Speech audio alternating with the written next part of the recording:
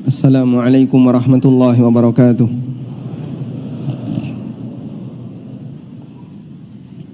Alhamdulillahi rabbil alamin. Wassalatu wassalamu ala ashrafil mursalin Nabiyyina wa maulana Muhammadin wa ala alihi wa sahbihi ajma'in. Wa ashhadu an la ilaha illallah wahdahu la syarika lah. Wa ashhadu anna Muhammadan abduhu wa rasuluh. Salawatu Rabbi wa salamu alaihi wa ala alihi wa ashabihi wa man sara ala nahjihi wa istanna bi sunnatihi ila yaumiddin. Alhamdulillah, kita layak bersyukur kepada Allah. Sebuah anugerah yang Allah berikan kepada kita.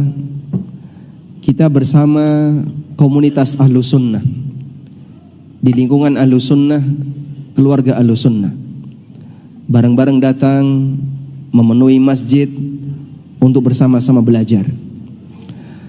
Dan kegiatan semacam ini mungkin rutin kita lakukan, baik dalam kajian yang sifatnya rutin maupun kajian tablik akbar atau kajian yang lainnya. Sungguh sebuah rutinitas yang sangat indah. Mudah-mudahan ini bisa mengantarkan kita untuk dapat husnul khatimah. Allah Subhanahu wa taala berfirman, yauma tabyaddu wujuhun wa taswaddu wujuh.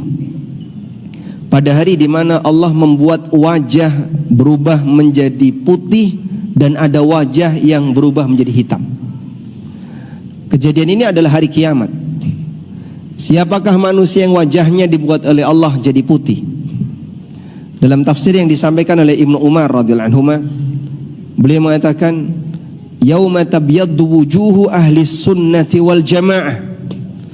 Allah buat putih wajahnya Ahlus Sunnah wal Jamaah kelak di yaumil qiyamah. Wa taswaddu wujuhu ahlul bid'ah wal furqah. Dan Allah buat hitam wajahnya orang yang menyimpang dari ajaran sunnah Nabi SAW dan menyukai perpecahan. Sehingga kelak di yaumil qiyamah Allah kumpulkan manusia sesuai dengan latar belakang agama. Kita saat ini ketika di dunia bisa akrab dengan sesama komunitas karena kesamaan akidah, karena kesamaan manhaj, bukan karena kesamaan hobi dan merek kendaraan. Walaupun banyak sekali komunitas yang terbentuk karena kesamaan beragam urusan dunia. Ada yang karena kesamaan hobi orang bisa akrab. Sama-sama hobi mancing, bisa nggak akrab? Bisa. Sama-sama hobi bersepeda, mereka bisa akrab. Bahkan hanya karena kesamaan merek kendaraan orang bisa akrab. Kita berkumpul dan bisa saling akrab bukan karena itu semuanya. Saya dan Bapak Ibu tidak punya hubungan keluarga dekat. Kita mungkin tidak punya kesamaan merek kendaraan. Kita tidak punya kesamaan hobi. Tapi kita bisa saling akrab. Kita bisa saling mencintai. Karena apa? Punya kesamaan akidah, punya kesamaan manhaj, punya kesamaan tujuan, ingin bareng-bareng masuk surga. Mudah-mudahan kedekatan kita murni karena kita ingin mencintai karena Allah. Di waktu maghrib ini dan nanti akan kita lanjut setelah isya beberapa saat, kita berkumpul di masjid. Selesai sholat maghrib secara berjamaah, kita tidak langsung pulang, namun kita berzikir dengan thalabul ilmi. Karena salah satu di antara makna zikrullah adalah majlis ilmu. Sebagaimana kata Atha bin Abi Rabah, majalisul dzikri majalisun yudhkaru fihi al-halal wal haram. Majlis zikir adalah majlis yang di situ disebutkan tentang halal haram. Jadi kalau Anda duduk di majelis ilmu, itu termasuk di antara majelis zikir. Karena itu Allah Subhanahu wa taala menyebut kegiatan Jumatan sebagai kegiatan zikrullah. Allah taala berfirman, ya ayyuhalladzina amanu idza nudiya lis-salati min yaumil jum'ah fas'au ila dzikrillah. Wahai orang yang beriman, apabila kamu dipanggil untuk datang melakukan salat di hari Jumat, maka bersegeralah menuju zikrullah. Apa kegiatan Jumatan? Apakah ketika Jumatan yang dibaca surat Yasin atau tahlil? Bukan. Apa yang dilakukan ketika Jumatan? seorang khatib berkhutbah, lalu jamaah semuanya mendengarkan. Mereka dikasih peringatan zikrullah dalam bentuk peringatan Allah disebutkan di hadapan mereka, sehingga Jumatan disebut oleh Allah sebagai majlis zikrullah.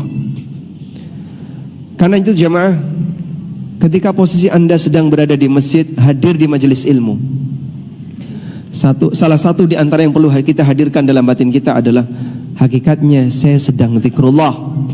Hakikatnya kita sedang zikrullah.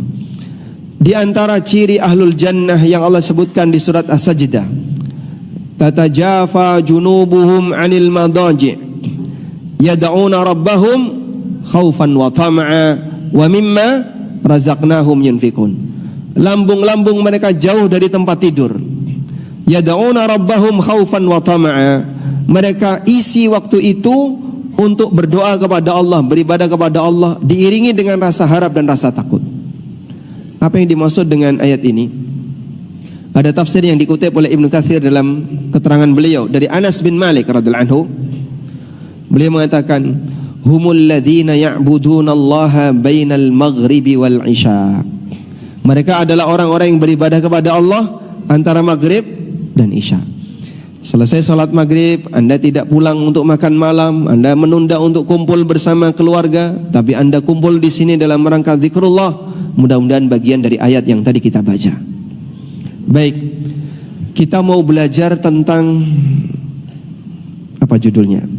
Makna sebuah kesabaran. Apa yang dimaksud dengan sabar? Jamaah belakang Allah Subhanahu wa taala, kita nanti akan menyampaikan beberapa kaedah yang bisa kita gali dari dalil Al-Quran maupun hadis Nabi SAW tentang apa itu sabar. Sabar secara makna bahasa artinya adalah al-habsu, menahan diri. Menahan diri dari apa, Pak? Dari semua perbuatan yang merugikan dirinya baik di dunia maupun di akhirat. Itulah sabar. Saya ulang ya. Sabar secara makna bahasa apa? Al-habs, artinya apa? Menahan diri.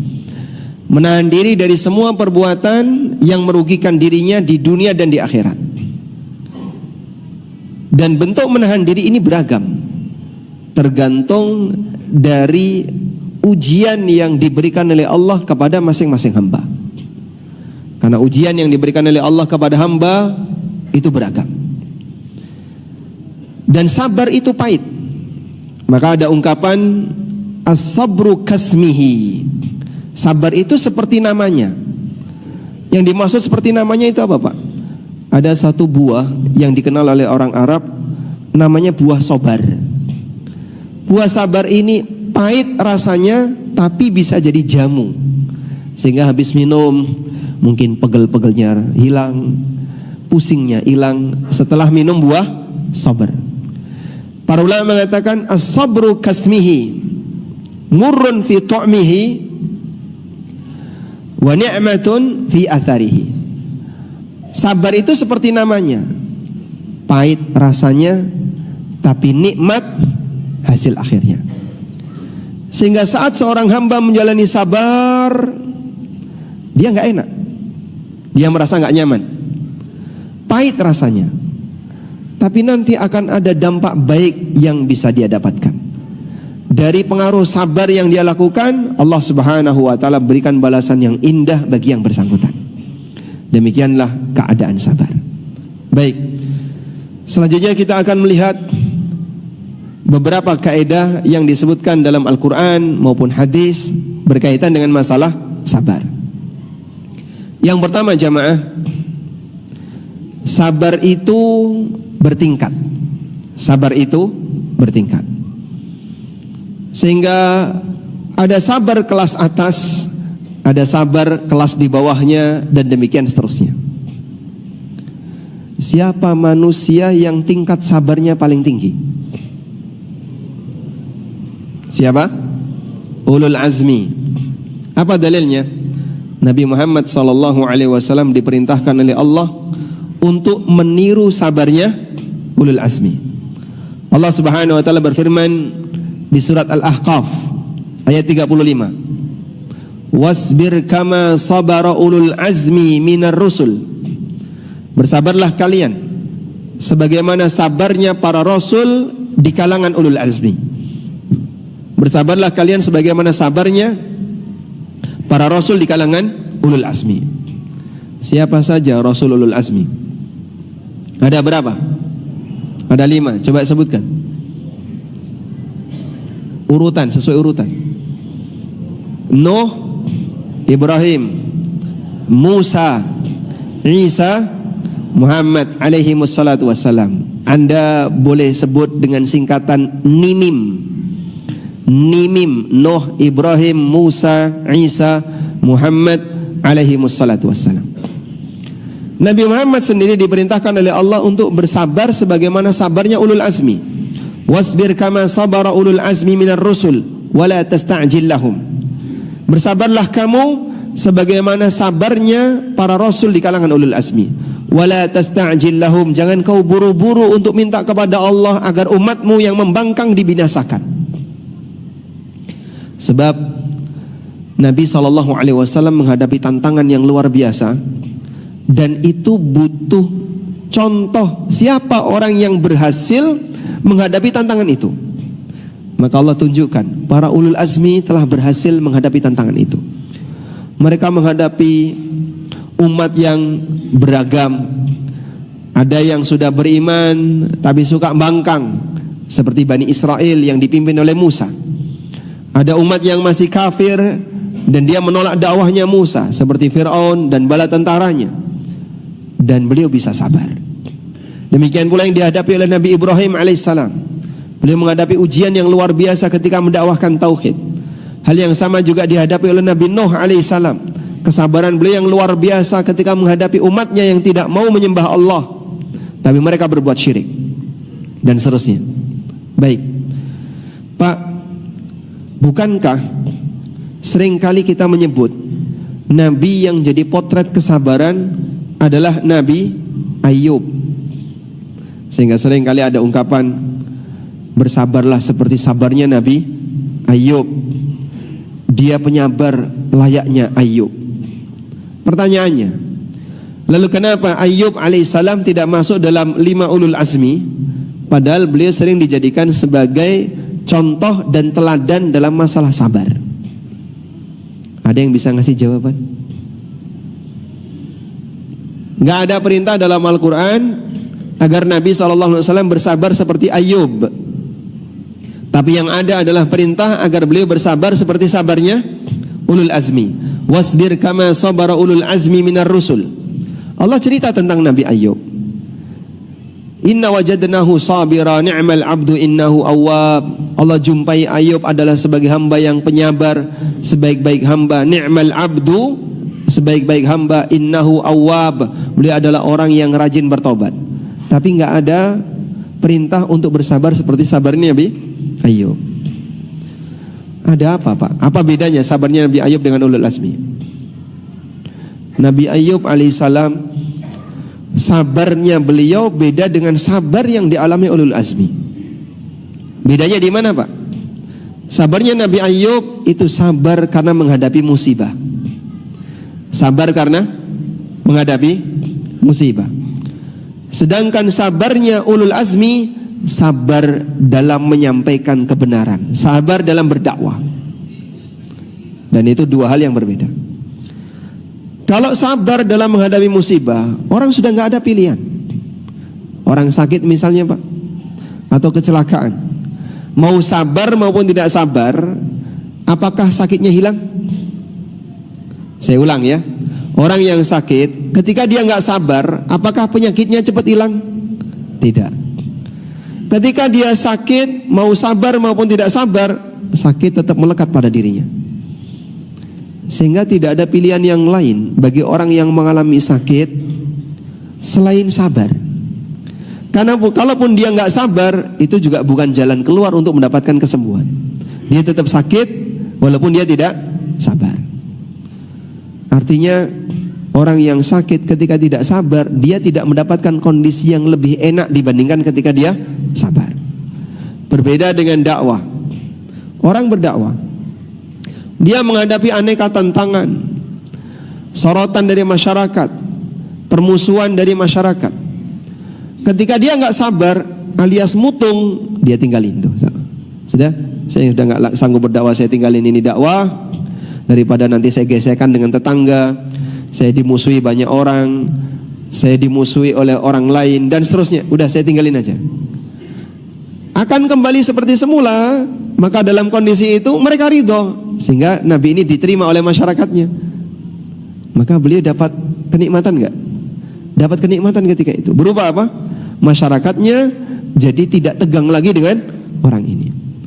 Sehingga ketika orang berdakwah lalu dia enggak sabar, dia diterima oleh masyarakat.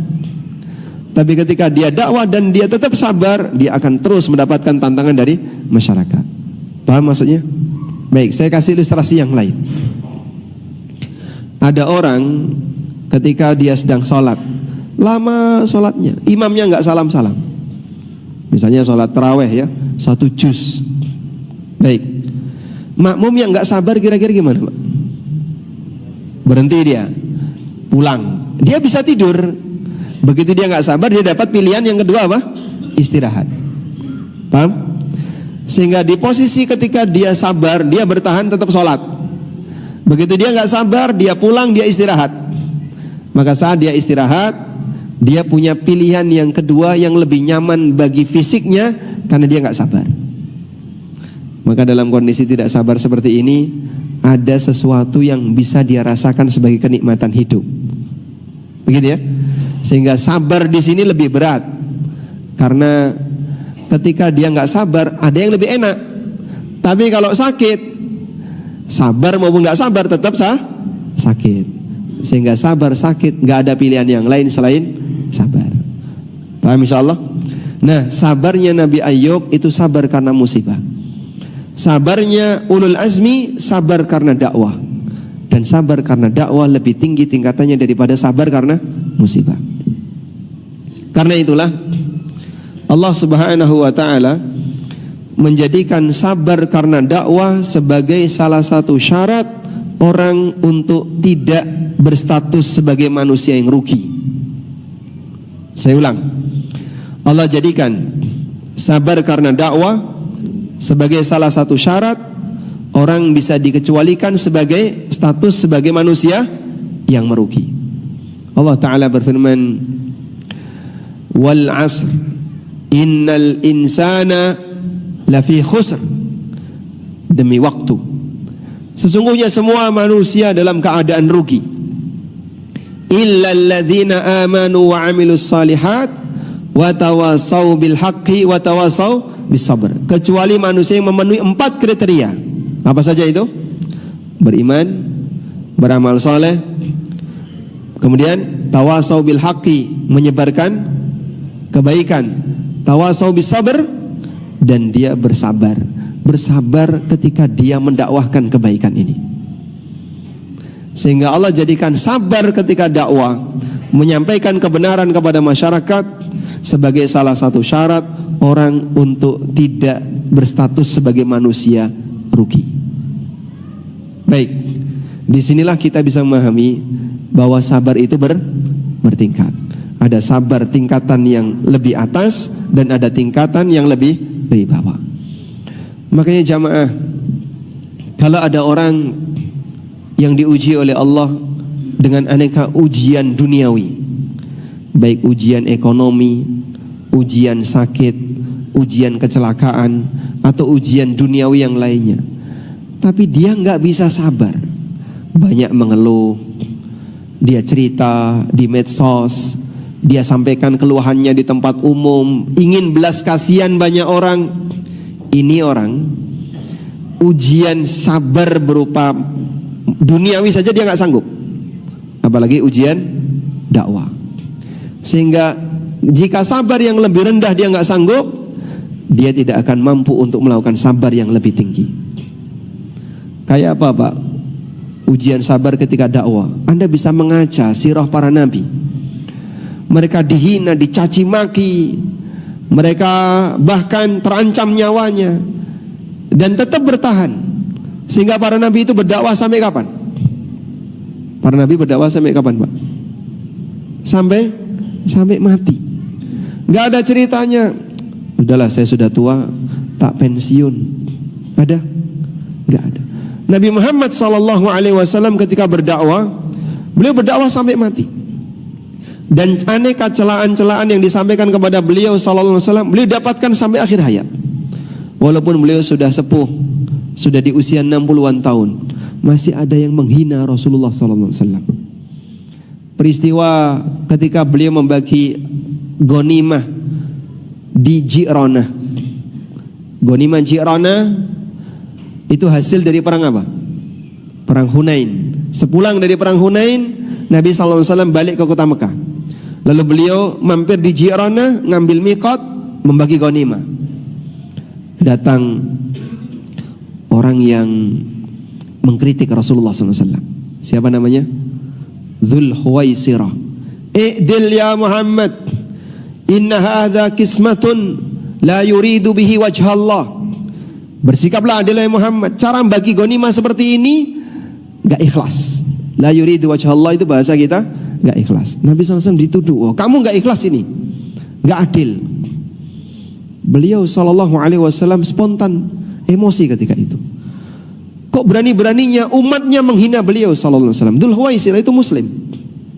Berani-beraninya orang ini sebagai umat Nabi SAW menghina Rasulullah SAW. Maka Rasulullah SAW mengatakan, "Faman ladzi ya'dil illa ma'adil." Siapa makhluk di dunia ini yang bisa adil kalau aku nggak bisa adil? Jika manusia yang paling bertakwa nggak bisa adil, bagaimana mungkin ada manusia yang lebih rendah di bawahnya yang bisa adil? Faman ladzi ya'dil illa ma'adil. Siapa yang bisa adil kalau aku nggak bisa adil? Sebagian sahabat menawarkan diri, ya Rasulullah, da'ni adribu unuqa, izinkan aku untuk menggal kepala dia. Tapi Nabi SAW menahan, jangan. Karena bisa jadi orang akan berkomentar, Muhammad telah membunuh sahabatnya. Baik. Jadi ujian yang dialami oleh orang yang menyampaikan kebenaran, walaupun beliau adalah orang yang sangat soleh, puncak orang baik adalah Nabi Muhammad SAW. Akhlaknya tidak diragukan oleh siapapun. Kebaikan beliau tidak diragukan oleh siapapun.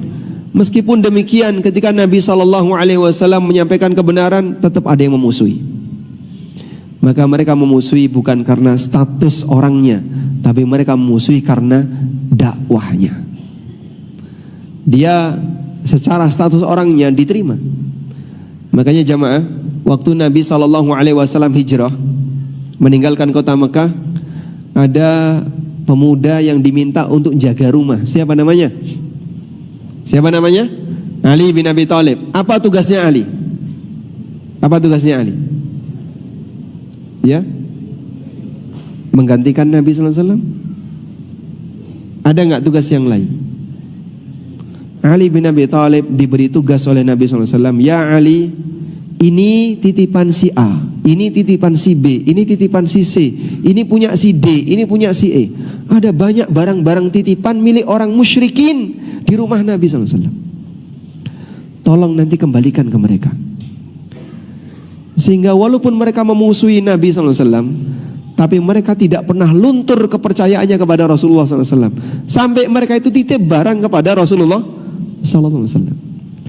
Sehingga si A, si B, si C titip barangnya di rumahnya Rasulullah SAW. Di saat yang sama mereka tidak mau beriman kepada Nabi SAW. Saat Nabi SAW mau meninggalkan kota Mekah, beliau pesan sama Ali, tolong titipan-titipan ini dikembalikan ke orangnya. Makanya Allah katakan dalam Al-Quran, wahum yan'auna anhu wa yanhauna an. Mereka itu menolak Nabi tapi perhatian sama Nabi. Di saat yang sama mereka itu sepakat bahwa Nabi Muhammad SAW itu orang yang jujur, amanah, orang yang menjaga janji dan seterusnya. Tapi mereka tidak mau beriman kepada beliau karena mereka menolak kebenaran yang beliau sampaikan. Ada salah satu orang musyrikin yang ceritanya diabadikan dalam Al-Quran karena permusuhannya kepada Nabi SAW luar biasa, tapi disebutkan dalam Quran tanpa nama. Ada yang pakai nama seperti Abu Lahab. Ini tanpa nama. Siapa namanya? Siapa namanya? Disebutkan dalam Al-Quran. Al-Walid bin Mughirah. Al-Walid bin Mughirah itu termasuk perusuh dakwah. Orang itu sudah tua, tapi dianggap sebagai manusia sentral di tengah orang Quraisy, sehingga apapun yang dikatakan oleh Al-Walid dipercaya oleh semua orang. Ini di atasnya Abu Jahal. Jadi kalau Abu Jahal itu hanya tukang rewo-rewo saja ya. Yang cuman dia masih lebih muda daripada Al-Walid, tapi keputusan sentralnya ada di Al-Walid. Al-Walid bin Mughirah itu bapaknya Khalid bin Walid. Anaknya pejuang Islam, bapaknya musuh besar. Allah Subhanahu wa taala menceritakan tentang Al-Walid, atau sebelumnya tentang Al-Walid. Jadi terdengar berita bahwa Al-Walid bin Mughirah akan masuk Islam. Maka itu sudah membuat kebingungan Abu Jahal. Ini bahaya ini, kalau Al-Walid sampai masuk Islam, satu Mekah masuk Islam semuanya. Karena apapun yang dikatakan oleh Al-Walid pasti dibenarkan oleh mereka, sehingga dia dianggap sebagai manusia paling bijak di kota Mekah. Maka Abu Jahal datang ke rumah Al-Walid dan menyampaikan, "Innan nasa yadhunnuna annaka qad sabba'ta." Banyak orang bilang kalau kamu sudah jadi sobi'ah. Sobi'ah itu apa? Sobi'ah, penganut ajaran yang beda dengan ajaran masyarakatnya. Islam ketika datang disebut sobi'ah, maka kaum muslimin ketika itu disebut sobi'in. Orang menyangka kalau kamu ini sudah masuk Islam. Bahaya, kalau sampai kau masuk Islam mengikuti Muhammad, satu jazirah Arab masuk Islam. Kemudian Al-Walid bilang, itu berita yang gak benar. Terus kira-kira apa pernyataan yang tepat untuk menyudutkan dakwahnya Muhammad? Al-Walid mulai berpikir. Datanglah Al-Walid kepada orang-orang musyrikin, lalu dia tanya, ada enggak di antara kalian yang pernah punya pengalaman Muhammad berdusta? Ada enggak di antara kalian yang pernah punya pengalaman, satu pengalaman saja, kejadian kalian melihat Muhammad berdusta? Enggak ada satupun. Kami sepakat beliau tidak pernah berdusta. Masya Allah. Jadi sebelum beliau jadi nabi, sampai beliau jadi nabi dan seterusnya, Allah jaga beliau tidak pernah berdusta. Maka kalau kita sebut Muhammad pendusta, nggak cocok, tidak sesuai realita. Orang musyrik walaupun musyrik, dia nggak pembohong. Dia tidak mau membuat pernyataan dusta. Beda dengan wartawan zaman sekarang. Orang musyrik walaupun dia musyrik, dia tidak pernah membuat pernyataan dusta, sehingga dia tetap menghargai kedustaan. Karena itulah saat Abu Sufyan diminta oleh Raja Heraklius, pada waktu Raja Heraklius mendapatkan surat dari Nabi SAW, lalu beliau cari siapa orang yang terdekat dengan pengirim surat ini. Ternyata ada orang Quraisy yang sedang berdagang di mana? Di kota Syam. Maka diminta oleh Raja Heraklius untuk masuk ke istana. Sudah? Beberapa orang di situ. Lalu kemudian Raja Heraklius tanya kepada mereka, siapa di antara kalian yang paling dekat dengan Muhammad? Majulah Abu Sufyan. Beliau diminta maju, yang lain tolong mundur. Ya? Bagaimana cerita selengkapnya kita akan baca setelah mendengarkan adzan Isya. Wassallallahu ala nabiyyina Muhammadin wa ala alihi wa sahbihi wasallam.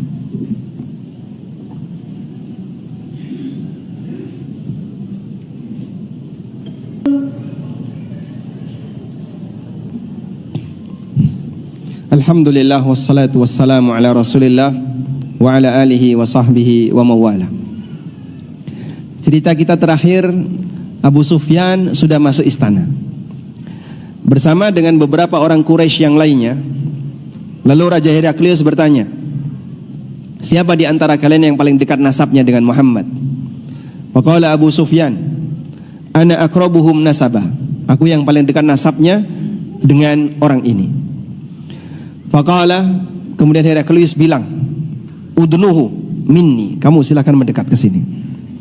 Wa qarribu ashabahu faj'aluhum inda dhahri. Teman-temanmu ke belakang, di belakangmu. Thumma qala liturjumanihi, kemudian Heraklius bilang sama penerjemahnya, sampaikan kepada mereka, orang-orang Quraisy yang berada di belakang Abu Sufyan, inni sa'ilun hadza an hadzal rajul fa in kadzdzabani fakadzibuhu. Aku akan tanya kepada Abu Sufyan ini tentang pengirim surat ini. Kalau dia sampai menyampaikan data palsu, kalian harus bilang dia bohong. Apa kata Abu Sufyan? Sekali lagi saya peringatkan, orang musyrikin walaupun musyrik menghargai kejujuran. Orang musyrik walaupun dia musyrik menghargai kejujuran. Abu Sufyan bilang apa? Wallahi laulal haya'u min ayyu athiru alayya kadhiban lakadzabtu anhu. Demi Allah, andaikan aku tidak malu untuk menyampaikan data palsu, tak bohongi itu Heraklius. Padahal dalam posisi dia sedang bermusuhan dengan Nabi SAW. Ini kesempatan, kita bohongi saja ini Heraklius. Tapi Abu Sufyan menghargai kejujuran. Maka ketika Nabi SAW dianggap sebagai manusia jujur di tengah kota Mekah, dalam posisi semuanya anti kepada beliau, tapi mereka tidak punya pengalaman Muhammad pernah berdusta. Walaupun demikian, mereka tetap menolak dakwah Nabi SAW. Sehingga Al-Walid bin Mughirah berpikir, apa kira-kira yang cocok untuk menyebut Quran? Sehingga kalau disebut ini kedustaan Muhammad, ini buatan Muhammad dan sebagainya, nggak cocok semuanya. Dia terus berpikir. Allah Subhanahu wa taala mengatakan, innahu fakkara wa qaddar. Fakutila kaifa qaddar. Thumma kutila kaifa qaddar. Innahu fakkara wa qaddar. Dia berpikir dan berusaha untuk menetapkan kalimat yang cocok untuk Al-Quran. Fakutila kaifa qaddar, terkutuk dia. Kenapa dia berusaha untuk menyudutkan Al-Quran? Thumma kutila kaifa qaddar. Dan kemudian terkutuklah dia, kenapa dia mau menyudutkan Al-Quran. Terus berpikir. Gak ada yang cocok untuk menyebut Al-Quran ini sebagai kalimat, sebagai kitab yang bermasalah. Mau pakai kalimat apapun gak cocok. Disebut kitab sihir gak cocok, kitab perdukunan gak cocok, kitab yang bohong, dusta, buatan Muhammad gak cocok. Gak ada yang cocok. Bingung dia. Makanya Pak, sepanjang perjalanan sejarah Islam, kebenaran tidak akan pernah cocok untuk dikasih label yang buruk. Karena bagian dari fitrah manusia, kebenaran itu selalu baik. Maka di saat dakwah Ahlussunnah ini mau dikasih gelaran-gelaran apapun gak cocok. Radikal, gak radikal ini. Teroris juga bukan teroris. Ya sudah, bibit teroris, oh, gak cocok. Bibit radikal, jadi bibitnya ya. Setelah disebut A gak cocok, B gak cocok, C gak cocok, itu bagaimana cara mereka bereksperimen. Disebut ini kalau gak cocok, disebut ini gak cocok. Jadi mereka sudah kalah di eksperimen-eksperimen itu. Ya adalah yang terakhir udah capek, bibit radikal. Yang terakhir hanya cuma disebut sebagai bibit. Dan sepanjang sejarah dalam dakwah kebenaran akan selalu ada seperti itu. Maka butuh apa? Sabar. Itulah sabar dalam masalah dakwah. Selanjutnya kita beralih ke kaidah yang kedua. Sabar itu bisa dipelajari. Sabar itu bisa dipelajari. Allah Subhanahu wa taala memberikan karakter kepada manusia beragam. Ada orang yang memang karakter baiknya itu bawaan lahir. Orang Jawa sebut gawan bayi. Sehingga memang Pak dari lahir dia itu sudah penyabar. Masya Allah, bayi saja sudah penyabar. Jadi dia lahir sudah membawa sifat penyabar. Ada karakter yang itu terjadi karena hasil bentukan, hasil latihan. Baik, menurut Anda kira-kira karakter baik bawaan lahir dengan karakter baik hasil belajar, mana yang lebih sempurna? Yang mana Pak? Hasil belajar atau bawaan lahir? Orang yang royal karena bawaan lahir, wah udah dari kecil memang dia sudah royal. dengan orang yang royal hasil belajar, kira-kira mana yang lebih royal? Bawaan lahir ya, bawaan lahir. Jadi kalau dilihat dari kualitasnya, bawaan lahir lebih berkualitas, karena itu anugerah dari Allah. Walaupun bisa jadi ada orang yang punya karakter yang sama hasil dari belajar. Nabi SAW mengatakan, innamal ilmu bitta'allum wa innamal hilmu bittahallum. Ilmu itu didapatkan dari hasil belajar. Lemah lembut, orang punya perangai yang lembut, yang lunak. Bittahallum, karena dia belajar untuk lemah lembut. Wa may yatasabbar yusabbirhullah. Dan siapa yang latihan sabar, Allah jadikan dia penyabar. Sehingga sabar itu bisa dilatih, bisa dipelajari. Gimana Pak belajar sabar? Ya dia berusaha untuk sabar setiap kali dia punya masalah apapun. Baik masalah yang berkaitan dengan aktivitas ibadah dia, atau masalah yang berkaitan dengan ujian dunia dia. Tapi saat dia berusaha untuk sabar, pada kondisi itu Allah anugerahkan dia untuk jadi penyabar. Dan ada banyak sekali testimoni, walhamdulillah. Alhamdulillah Pak Ustadz, setelah suami saya ngaji, dia sekarang jadi orang yang lembut sama keluarganya. Dulu galak Pak Ustadz. Dulu suami saya gak sabaran, pengennya apa yang dia inginkan langsung harus segera dihadirkan. Sekarang sudah lebih sabar. Berarti salah satu di antara yang bisa membuat orang itu hatinya lebih lunak apa Pak? Majelis ilmu. Kenapa Pak? Karena di majelis ilmu Allah turunkan as-sakinah. Di majelis ilmu Allah turunkan ar-rahmah. Sebagaimana disebutkan dalam hadis yang sahih riwayat Muslim, Nabi SAW mengatakan, majtama'a qaumun fi baitin min buyutillah yatluna kitaballah wa yatadarasunahu bainahum. Apabila ada sekelompok orang yang berkumpul di rumah Allah mengkaji kitabullah dan saling mempelajarinya, illa nazalat alaihimus sakinah. Allah akan turunkan apa? As-sakinah.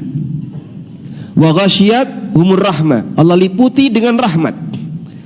Terus ini dibawa pulang.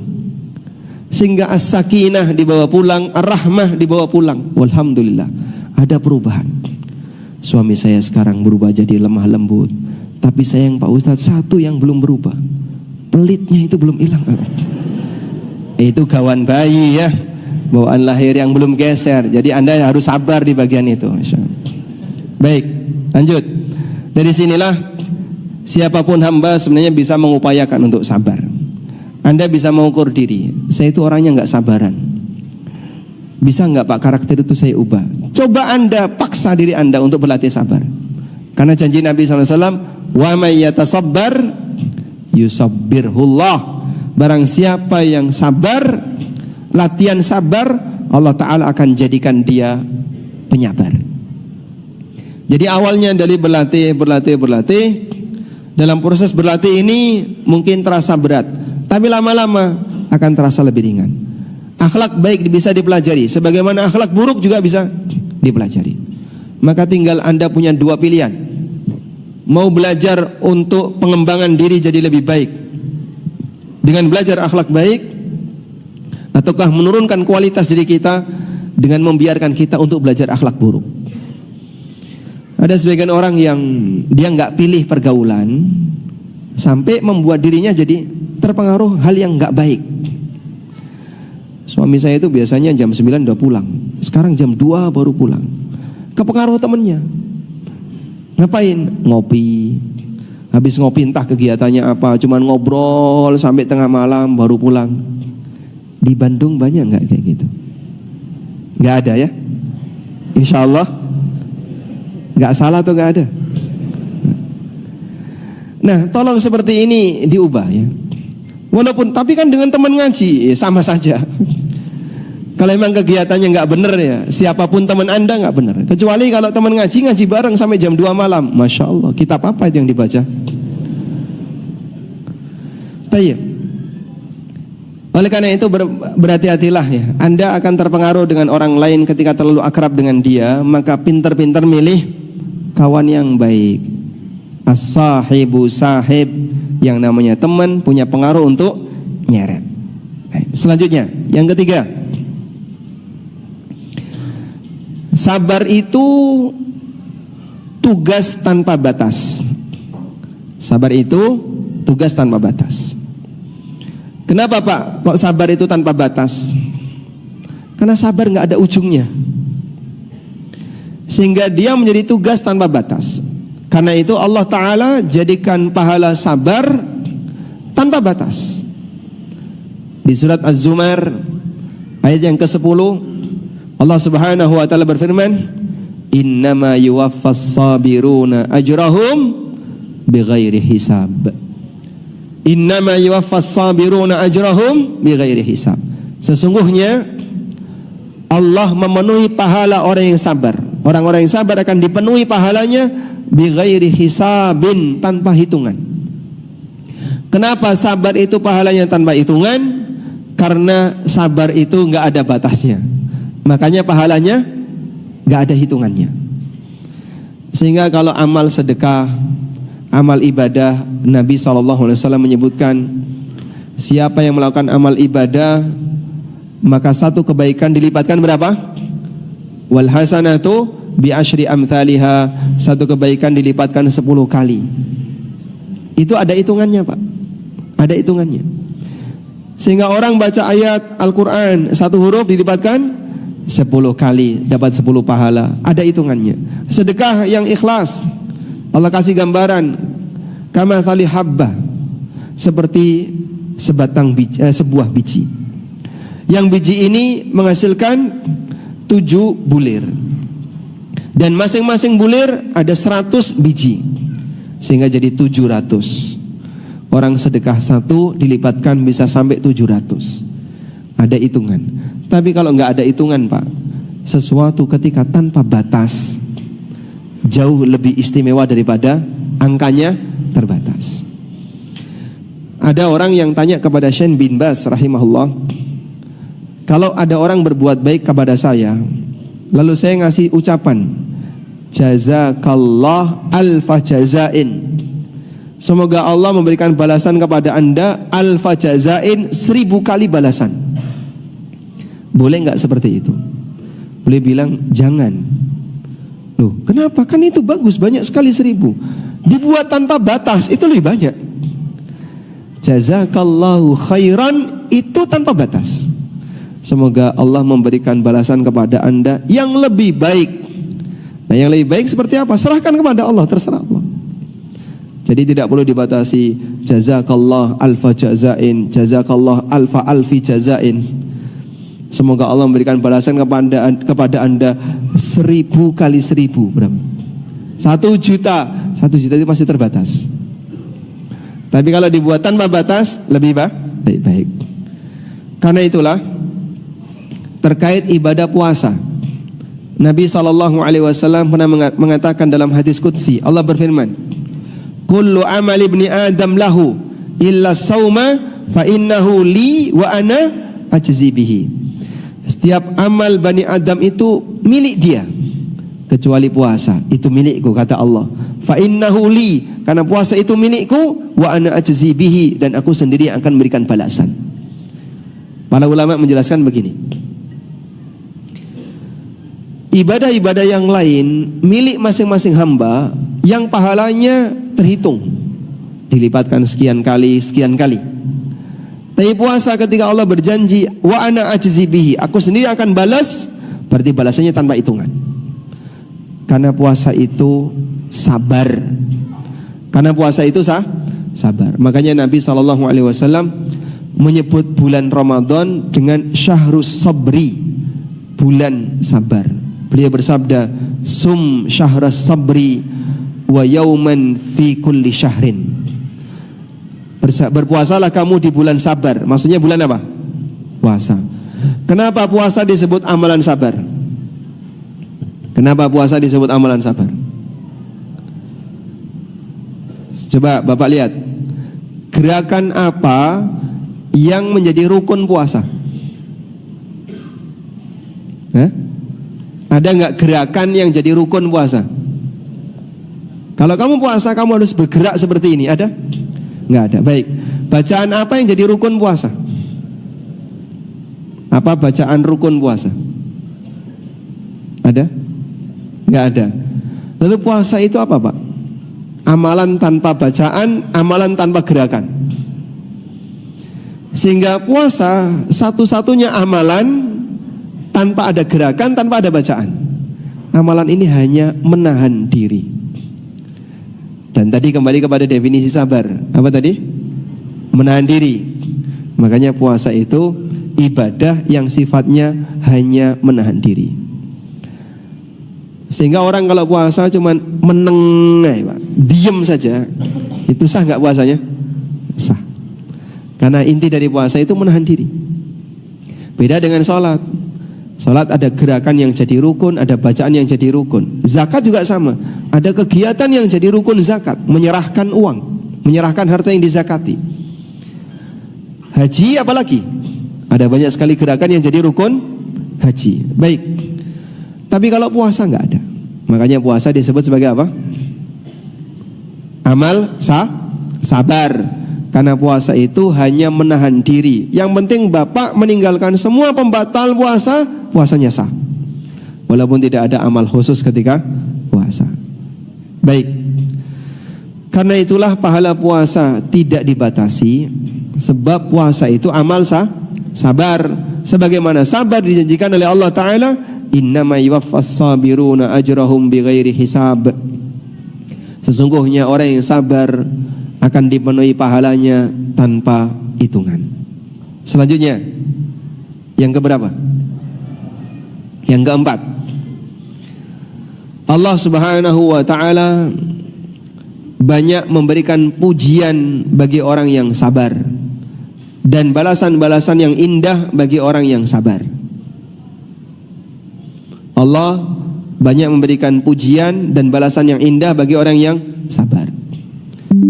Setidaknya ada satu janji Allah yang itu sudah cukup bagi kita untuk menjadi motivasi kuat agar jadi orang yang sabar. Apa itu, Pak? Innallaha ma'as sabirin. Allah bersama orang yang sabar. Dan ayat seperti ini banyak sekali. Kalimat innallaha ma'as sabirin itu ada banyak dalam Al-Quran. Allah bersama orang yang sabar. Berarti orang yang sabar dekat dengan Allah. Wallahu yuhibbus sabirin. Dan Allah mencintai orang yang sabar. Siapa sih yang gak pengen dicintai oleh Allah? Semua hamba mengaku saya cinta Allah. Tapi apakah kamu dicintai Allah? Tidak tahu. Kalau kamu pengen dicintai Allah, salah satunya adalah jadilah orang yang sabar. Andaikan tidak ada keutamaan sabar kecuali ini, itu sudah cukup. Sehingga misalnya istri pengen dicintai suami, apa yang harus dilakukan oleh istri? Tanya ke suami, Mas, gimana caranya biar kamu senang sama saya? Syaratnya satu. Nah, terus disebutkan ya, kamu harus seperti ini. Dah? Maka istri berusaha untuk memperjuangkan itu agar dia dicintai oleh suaminya. Itu manusia ngejar cintanya manusia yang lain. Suami pengen dicintai istri, dia berusaha gimana caranya untuk ngejar cintanya istrinya. Anak pengen dicintai orang tua juga sama. Manusia ngejar cintanya manusia yang lain. Padahal cinta manusia gampang berubah. Cinta manusia gampang berubah. Tapi ketika hamba dicintai oleh Allah, di saat dia memenuhi syarat untuk dicintai oleh Allah, tidak hanya sebatas dapat cintanya Allah, tapi dia dikaruniai oleh Allah pahala yang berlipat ganda, balasan surga yang jauh lebih indah dibandingkan perjuangan yang dia lakukan. Tayyib. Karena itulah jamaah, kenapa wali Allah itu bertingkat? Karena kesabaran hamba bertingkat. Sehingga siapa manusia yang paling dicintai oleh Allah? Nabi Muhammad SAW. Apa gelar untuk beliau yang membuktikan kalau beliau adalah orang yang paling dicintai Allah? Ya? Gimana? Kekasih Allah. Sebutannya apa kekasih Allah? Khalilullah. Khalil dengan Habib tinggi mana? tinggi Khalil. Ada 2 nabi yang dijadikan Khalilullah, Nabi Muhammad SAW dan Ibrahim. Karena 2 nabi ini puncak sabar.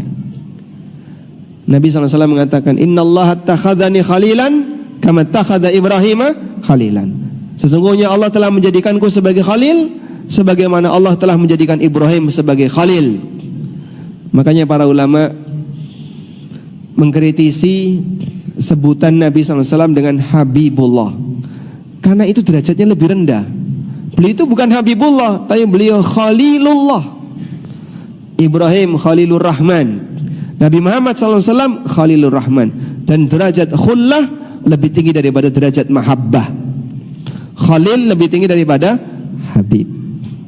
Sehingga menyebut Nabi Muhammad Habibullah itu, ya mungkin kalau dalam bahasa kita jenderal disebut kopral misalnya, padahal dia sudah jenderal. Beliau sudah tingkatan puncak Khalilullah, maka kita sebut beliau sebagai Khalilullah. Boleh nggak Pak disebut Habibullah? Kalau ditambahi Khalilullah tidak masalah. Nabi Muhammad Habibullah wa Khaliluhu, nah, seperti itu boleh. Tapi kalau membatasi Habibullah saja kurang tinggi, karena beliau lebih tinggi daripada sebatas Habib. Itu karena kesabaran beliau adalah kesabaran yang tertinggi yang dialami oleh hamba. Sehingga semakin penyabar, maka sang hamba semakin dekat dengan Allah. Walaupun sabar itu nggak ada ujungnya. Sabar itu nggak ada ujungnya. Sehingga orang sudah sabar, di atasnya masih ada sabar lagi. Sebab sabar tidak ada ujungnya. Baik, selanjutnya, yang membuat orang, ya nomor berapa sekarang? 6. 5. Nomor 5. Yang membuat orang bisa sabar, latar belakangnya adalah karena yakin. Jadi kenapa orang bisa sabar? Sebab dia yakin. Kalau nggak yakin, nggak sabar, Pak.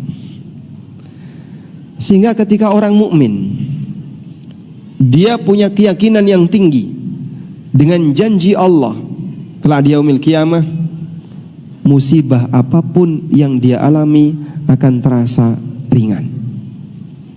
Sebab apa? Dia punya yakin. Oleh karena itulah kita bisa melihat perjuangan orang-orang soleh di masa silam yang yakinnya sangat tinggi, sehingga mereka berani untuk berjuang dengan penuh kesabaran, walaupun itu bisa sampai pada titik mengancam nyawa. Walaupun bisa sampai pada titik mengancam nyawa. Demikianlah keyakinan yang tinggi yang dialami oleh seorang hamba. Allah Subhanahu wa taala berfirman di surat As-Sajdah ayat 24. Wa ja'alna minhum a'immatan yahduna bi amrina lamma sabaru wa kanu bi ayatina yuqinun. Wa ja'alna minhum a'immah, kami jadikan sebagian mereka sebagai imam, yahduna bi amrina, yang mereka mendapatkan petunjuk untuk menjalankan ketetapan kami. Wa kanu bi ayatina yuqinun, dan mereka lamma sabaru, ketika mereka bersabar, wa kanu bi ayatina yuqinun, dan mereka yakin dengan ayat-ayat kami. Jadi misalnya Bapak pengen pulang nggak? Pengen pulang? Nggak pengen pulang? Ada yang lihat jam, kapan selesainya? Udah panas di sini ya. Atau sudah pengen cepat berkegiatan yang lain, kapan nggak pulang-pulang? Tapi Anda sabar, Anda bertahan, karena Anda punya keyakinan yang lebih. Orang mau tawaf capek dia, orang mau sa'i capek nggak Pak? Capek ya. Orang mau puasa sekian jam, dia nggak makan, nggak minum, melakukan aneka pembatal, dia merasa kehausan. Tapi kenapa dia mau menjalankan itu? Karena dia punya keyakinan akan ada balasan indah pasca ini. Makanya salah satu di antara cara untuk memotivasi orang agar dia mau rajin ibadah adalah bacakan hadis tentang fadhail a'mal. Dan hadis tentang fadhil amal, bacakan yang sahih, jangan yang palsu. Sebab kalau palsu jadi harapan palsu ya. Sehingga besok di hari kiamat orang yang termotivasi untuk beramal pakai hadis palsu, siapa yang melakukan seperti ini akan dapat bidadari, jumlahnya 100 misalnya ya. Diperjuangkan Pak amal itu, dengan penuh keyakinan dia perjuangkan sampai di akhirat zong. Loh katanya dapat ini, mana ya, yang bilang itu siapa? Nabi SAW gak pernah bersabda kok. Makanya kalau pengen jadi korban hadis palsu, silahkan beramal dengan menggunakan hadis palsu. Itu adalah orang yang menjadi korban harapan zong, karena syariat tidak pernah menyebutkan itu. Sehingga sangat disayangkan ya, ada orang sudah berjuang mati-matian untuk membela amal tertentu, tapi pakai hadis dusta. Hasilnya kelak di hari kiamat ketika minta, palsu, zong, gak ada apa-apanya. Sehingga kenapa walaupun kita bicara fadhil amal, tetap harus dibatasi hadis sahih, karena hadis sahih yang valid inilah yang benar, yang nanti akan ada yang sebenarnya. Tapi hadis palsu kamu mau berharap sama siapa? Nabi SAW tidak pernah mensabdakannya. Loh Pak, katanya beramal dengan hadis dalam fadhil amal boleh pakai hadis dhaif. Iya boleh, tapi yang dhaifnya yang ringan, bukan yang palsu. Dhaif yang ringan kayak gimana Pak? Dhaif yang masih bisa disundul dengan sanad-sanad yang lain, sehingga nggak sampai pada tingkatan palsu. Misalnya ya, dhaif karena masalah hafalan. Kalau palsu itu karena masalah kepercayaan. Fulan pendusta tapi ngomong hadis. Dia ini pendusta tapi ngomong tentang hadis. Nah itu hadisnya palsu. Tapi kalau si A ini orangnya agak pelupa, tapi dia jujur, maka yang dia sampaikan mungkin ada sisi yang lupa, sehingga hadisnya derajatnya dhaif, namun tidak sampai palsu. Paham insyaallah? Baik. Berangkat dari yakin, itulah orang bisa sabar. Coba saya tanya ya, misalnya ibu-ibu, suaminya punya pendapatan 5 juta per bulan, tinggal di kota Bandung. Terus suaminya janji sama istrinya, aku berjanji 10 tahun ke depan aku akan berangkatkan kamu haji furoda. Kira-kira Anda sebagai istri sabar menanti atau tidak? Ya?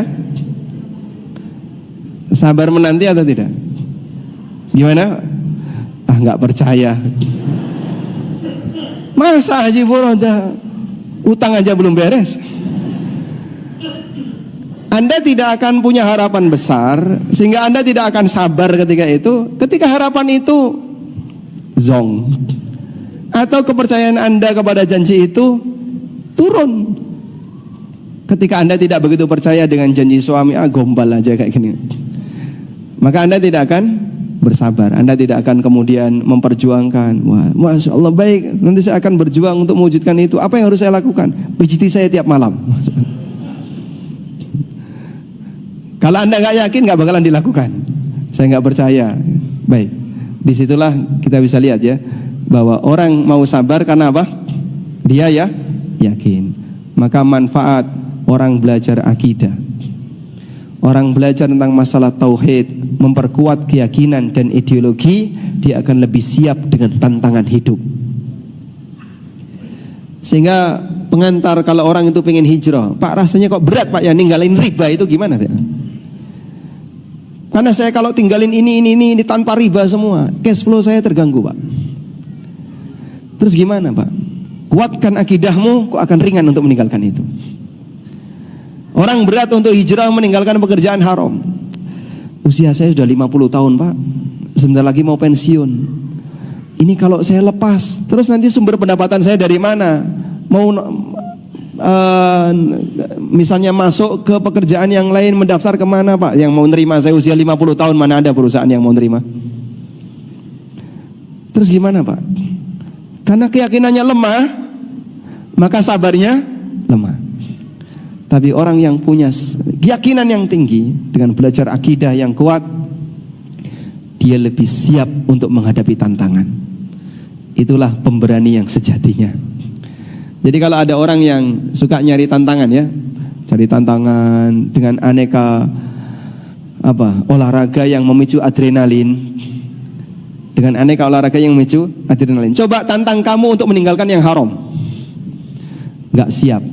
Adrenalin kamu masih rendah. Meninggalkan pekerjaan yang haram aja dia gak berani. Kenapa itu tidak dianggap sebagai tantangan bagi hidupmu, memicu adrenalin bagi kamu? Tapi dia gak berani.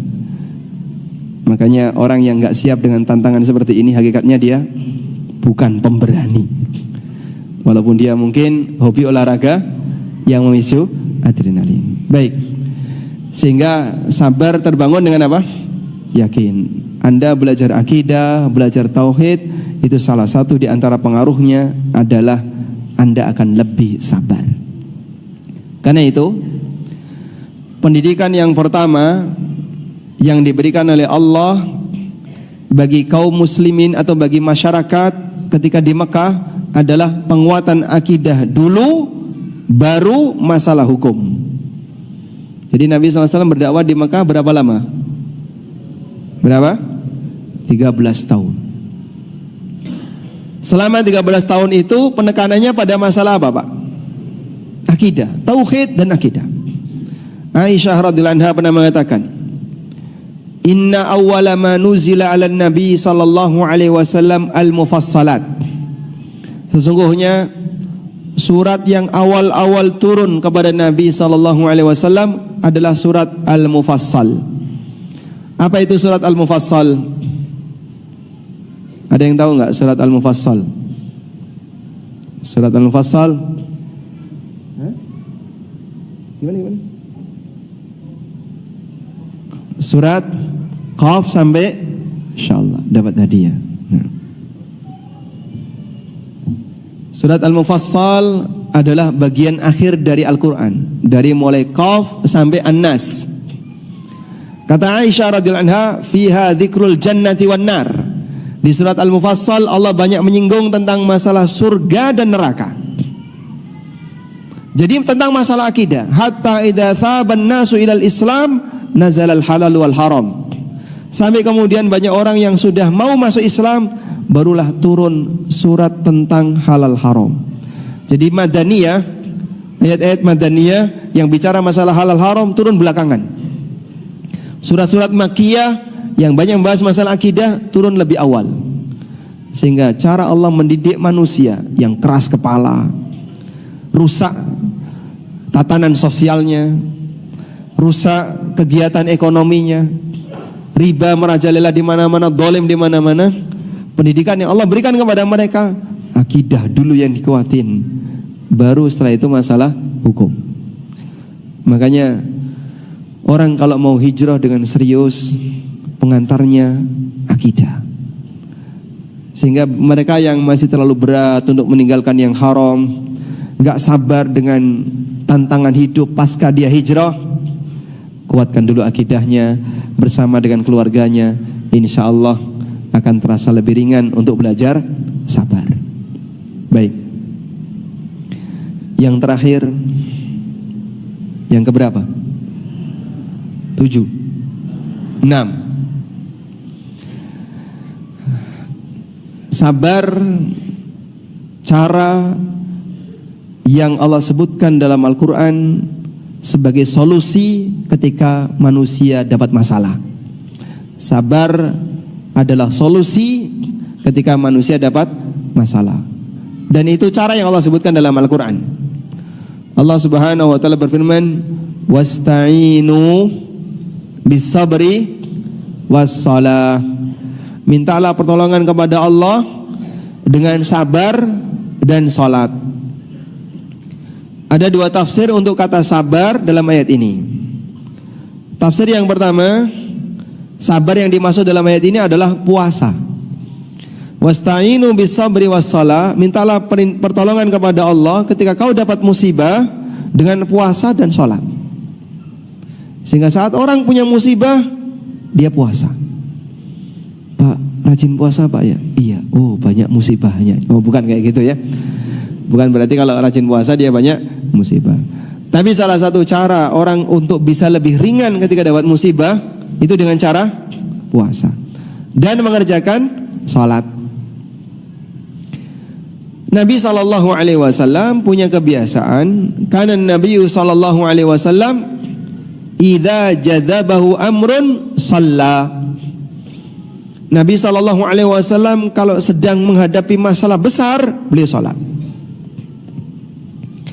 Maka Anda bisa buktikan ya, saat peristiwa tertentu yang membuat Anda sedih, dengar kabar, Pak, mobil Bapak kecelakaan, ambil wudhu, sholat.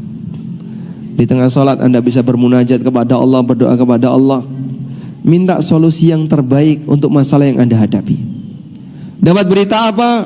Kerjakan sholat. Yang membuat Anda sedih, kerjakan sholat. Karena Nabi SAW idza jadabahu amrun shalla. Nabi SAW kalau lagi punya masalah, beliau sholat. Dan itu akan membuat masalah kita jadi terasa lebih ringan. Masalah enggak hilang, tapi perasaan lebih bisa menerima. Artinya apa? Jangan sampai musibah zahir, musibah duniawi tadi sampai mempengaruhi musibah batin. Kapan musibah batin itu terjadi? Ketika sang hamba tenggelam dalam kesedihan sehingga membuat dia makin stres, tertekan, stres. Akhirnya malah dia nggak fokus, sehingga dia nggak bisa untuk berpikir lebih jernih. Karena apa? Stres. Makanya Bapak, kalau orang sedang dapat musibah, Nabi SAW arahkan apa? Fa in asabaka syai'un faqul qadarullah wa ma syaa fa'ala. Kalau kamu mengalami masalah apapun, ucapkan ini sudah takdir Allah. Dan apa yang Allah takdirkan pasti terjadi. Mau gimana lagi? Dikembalikan ke takdir, karena manusia sadar apa yang Allah tetapkan pasti yang terbaik. Dengan demikian, maka musibah itu akan terasa lebih ringan. Baik. Dan ridho dengan takdir Allah, salah satunya bisa Anda lakukan dengan cara Anda sholat. Di saat sholat Anda bisa bermunajat. Lagi berantem suami istri, langsung sholat, Masya Allah. Jamaah, nggak jadi berantem. Betul kayak gitu Pak? Pernah nggak Pak kayak gitu? Belum pernah? Besok dicoba ya. Sehingga pas lagi tegang suami istri, panas ini, suami panas, istri panas, sudah lebih baik mulut diam daripada bicara. Karena kalau lagi emosi bicara, yang keluar apa Pak? Magma, seperti gunung meletus. Yang keluar adalah magma. Maka lebih baik Anda tahan lisan, ambil wudhu, sholat. Karena Allah Subhanahu wa ta'ala jadikan salat sebagai salah satu solusi agar orang bisa lebih ringan ketika mendapatkan musibah. Jadi tujuannya bukan musibah itu yang penting hilang. Itu terjadi sesuai dengan kehendak Allah. Aku tawakal kepada Allah dan aku pasrahkan kepada Allah, terserah Allah bagaimana cara Dia menyelesaikan masalahku. Tapi yang penting batinku tidak terpengaruh. Gimana agar batin ini tidak terpengaruh ketika Anda sedang dapat ujian? Sabar dan salat. Jadi musibah di luar, amankan bagian batin. Musibahnya tetap tidak akan hilang. Mobil tetap rusak, barang Anda mungkin hilang, dicuri orang, tapi stres jangan sampai terjadi. Karena stres itu musibah tambahan. Sehingga Muslim tidak akan stres ketika dia dapat musibah, karena dia tahu bahwa dia yakin Allah akan ganti dengan yang lebih baik. Wallahu alam. Demikian yang bisa kita sampaikan. Semoga yang sedikit ini bermanfaat. Wassallallahu ala nabiyyina Muhammadin wa ala alihi wa sahbihi wasallam. Jazakallahu khair atas semua ilmunya Ustaz. Semoga kita bisa mengambil fadilah dan menjalankan dari setiap fadilah-fadilah yang Ustaz berikan. Sekarang kita masuk ke sesi tanya jawab Ustaz. Bagi ikhwan yang ada pertanyaan bisa dituliskan di sebuah kertas dan ditaruh di kotak pertanyaan yang ada di depan kanan dan kiri. Pertanyaan pertama, Ustaz. Sudah siap? Ada, Ustaz. Enggak pakai kertas? Ada yang kertas, ada yang buat ya. Oh, yang akhwat pakai WA ya. Ustaz, pertanyaan pertama, Ustaz. Bagaimana bersabar dalam hubungan keluarga yang toksik, entah itu antara suami istri atau saudara dekat? Jazakumullahu khair. Nah, bagaimana kita bisa bersabar ketika kita berinteraksi dengan keluarga yang toksik, memberi pengaruh yang nggak benar bagi diri kita?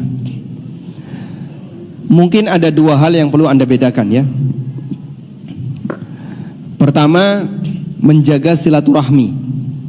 Bentuknya adalah tetap menjalin hubungan baik, tidak menampakkan permusuhan. Ya? Yang kedua, membangun kedekatan, akrab, sering ketemu, senang ketika bergaul dengan dia. Ini yang kedua. Baik, dua ini bisa nggak dipisahkan, Pak? Bisa ya? Artinya begini, kalau sama keluarga kan kita nggak boleh mutus silaturahmi. Misalnya yang toksik itu saudara, katanya kita nggak boleh mutus silaturahmi. Iya, maka Anda jangan putus silaturahmi. Sehingga tidak menampakkan permusuhan, itulah tidak mutus silaturahmi. Saya ulang, kata kunci tidak mutus silaturahmi adalah tidak menampakkan permusuhan. Kalau sampai dia tampakkan permusuhan, kemudian dia WA, aku benci kamu, aku gak suka sama kamu, atau kalimat yang semisal, atau marah-marah dan emosi di hadapan dia, nah ini menampakkan permusuhan, bisa mutus silaturahmi. Aku gak mau lagi sama kamu, kau ngomong gak bakalan aku dengar. Orang Jawa bilang, ada orang Jawa di sini, dadi yo godhong rata sowek, dadi yo banyu rata cawuk, paham Pak ya? Kamu jadi apapun aku gak bakalan mau mendekat. Nah kalau ini mutus silaturahmi, kayak gini gak usah, Anda jangan lakukan. Tapi Anda tidak perlu akrab, sehingga Anda tetap jaga silaturahmi, namun Anda tidak akrab. Maka dalam satu lingkaran keluarga, jika orang itu orang baik, Anda jaga dua hal ini, jaga silaturahmi dan akrab. Tapi kalau orang itu orang yang buruk, silaturahmi dijaga tapi tidak akrab.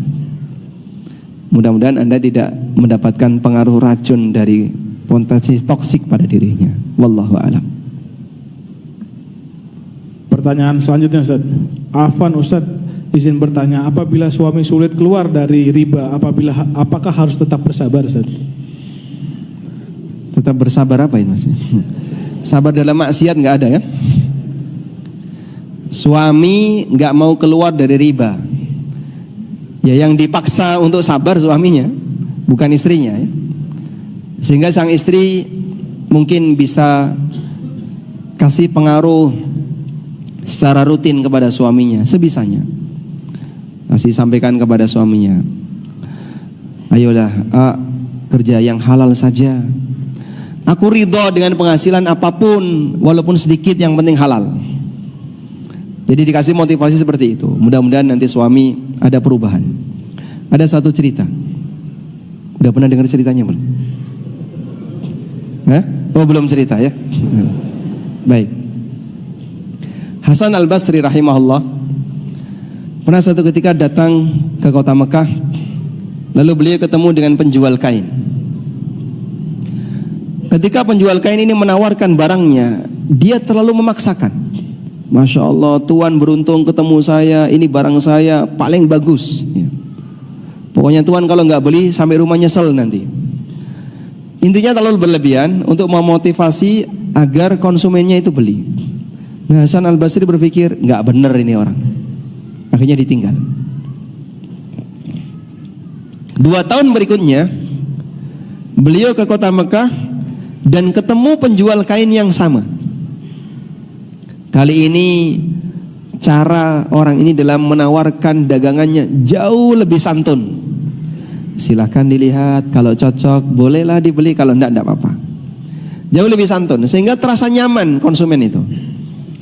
Maka Hasan Al-Basri itu penasaran, kok ada perubahan seperti ini?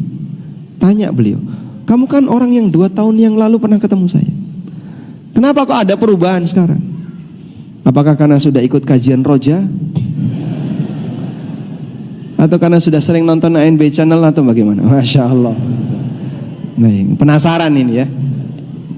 Ada apa? Kok terjadi perubahan seperti itu? Maka orang ini cerita. Jadi ceritanya begini, Tuan. 2 tahun yang lalu, saya itu punya istri yang cerewetnya luar biasa. Jadi kalau saya pulang dengan membawa harta yang banyak dianggap sedikit. Saya pulang bawa harta yang sedikit, wah Masya Allah, bisa berantem itu di rumah. Kemudian Allah Subhanahu wa ta'ala mewafatkan istri saya. Alhamdulillah. Apa bacaan yang tepat kira-kira? Innalillahi wa inna ilaihi raji'un. Lalu Allah gantikan dengan istri yang jauh lebih qanaah. Setiap kali saya mau keluar rumah untuk dagang, kerah baju saya itu dipegang. Lalu istri saya ngasih peringatan, ya fulan ittaqillah, wahai suamiku bertakwalah kepada Allah, wa ajmilu fit talab, carilah rizki dengan cara yang halal, yang benar. Fa in ji'ta biqalilin katsarna, kalau kau pulang bawa duit yang sedikit, saya anggap itu banyak. Wa in ji'ta bila malin a'annaka, tapi kalau abang nanti pulang enggak bawa duit, abang tetap disayang. Masya Allah. Dengan nasihat seperti ini ngelerem suasana batin suaminya, yang di rumah siap menerima berapapun hasilnya, sehingga dia tidak terlalu termotivasi untuk mencari dunia sebanyak-banyaknya, karena istri saya ridho berapapun dia dikasih. Masya Allah. Sudah nikah berapa tahun, Pak? Usia sudah nikah 55 tahun. Usia berapa sekarang? 55 tahun. Sudah nikah berapa tahun? 30 tahun ada ya?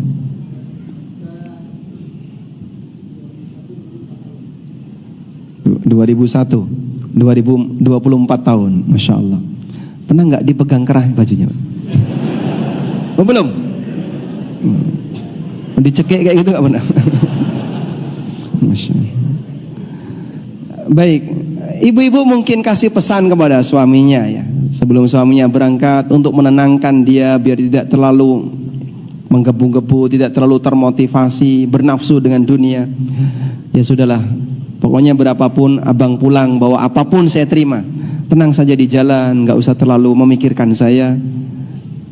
Misalnya nanti AA pulang bawa ubi Cilembu pun saya terima. Tidak harus membawa sesuatu yang mewah. Nah, mungkin perlu motivasi seperti itu. Mudah-mudahan nanti sang suami bisa hijrah dan Anda carikan komunitas yang baik, semoga nanti bisa terpengaruh. Wallahu a'lam. Kenapa saya harus baca sendiri? Boleh dibacakan? Sama seperti tadi ya. Saya kira ada yang rahasia kan, tidak apa-apa, silakan. Ustadz izin bertanya. Ustadz, usaha ana bangkrut, gulung tikar. Qadarullah saat ini hutang ana banyak. Apakah ujian disebabkan dosa-dosa ana yang dahulu? Ada sebagian orang mengatakan ini disebabkan karena kurang bersedekah. Kurang apa? Kurang bersedekah, Ustadz. Kurang bersedekah. Tapi sewaktu usaha jalan, ana sering bersedekah dan bantu keluarga. Dan ana juga pernah dengar dari salah satu ustadz, jangan berseuzon kepada Allah, dan ini hanya ujian, bukan hukuman. Bagaimana menyikapi hal tersebut, Ustadz? Jazakallahu khairan. Baik. Ada musibah, ada bagaimana cara menyikapi musibah. Yang Anda alami ini musibah ekonomi. Alhamdulillah, saat Anda mengalami musibah ekonomi, Anda masih sehat agamanya, masih mau ikut ngaji, masih mau belajar agama, masih mau rajin sholat 5 waktu dan seterusnya. Jaga baik-baik itu, sehingga kalaupun ada musibah dunia, jangan sampai merugikan agama. Nabi SAW berdoa kepada Allah, wala taj'al musibatana fi dinina. Ya Allah, jangan kau jadikan musibah yang menimpa aku adalah musibah yang merugikan agamaku. Kalau Anda kehilangan dunia, masih mungkin untuk dapat ganti. Tapi kalau sudah kehilangan agama, gak ada gantinya. Cara yang pertama, biar mungkin Anda lebih tenang. Ketika orang dapat musibah, lalu dia ingat ada nikmat yang gak hilang, maka musibah yang terjadi itu akan terasa lebih ringan. Contoh ya. Ada orang dapat berita, Pak, rumah Bapak kebakaran. Langsung ke rumah dia. Kemudian saat sampai rumah, alhamdulillah, berangkasnya utuh. Harta saya di dalam gak tersentuh dengan api, emasnya gak meleleh, uangnya gak kebakar, berangkasnya utuh misalnya ya. Walaupun mungkin dapurnya kebakaran, kamar kebakaran, tapi harta simpanan dia utuh. Sehingga pada saat dia dengar itu, dia masih bisa bersyukur. Kenapa dia bersyukur? Ada nikmat yang masih dia miliki dan tidak ikut rusak, walaupun ada musibah yang dia alami. Paham ya Pak? Orang kecelakaan, kendaraannya rusak, anaknya terpental. Motornya rusak, anaknya terpental. Dia mikir rusaknya motor atau mikir anaknya? Begitu dia dapetin anaknya sehat, anaknya tidak luka, cuman lecet dikit, alhamdulillah, dia masih bisa bersyukur. Karena yang ini selamat, walaupun motornya rusak.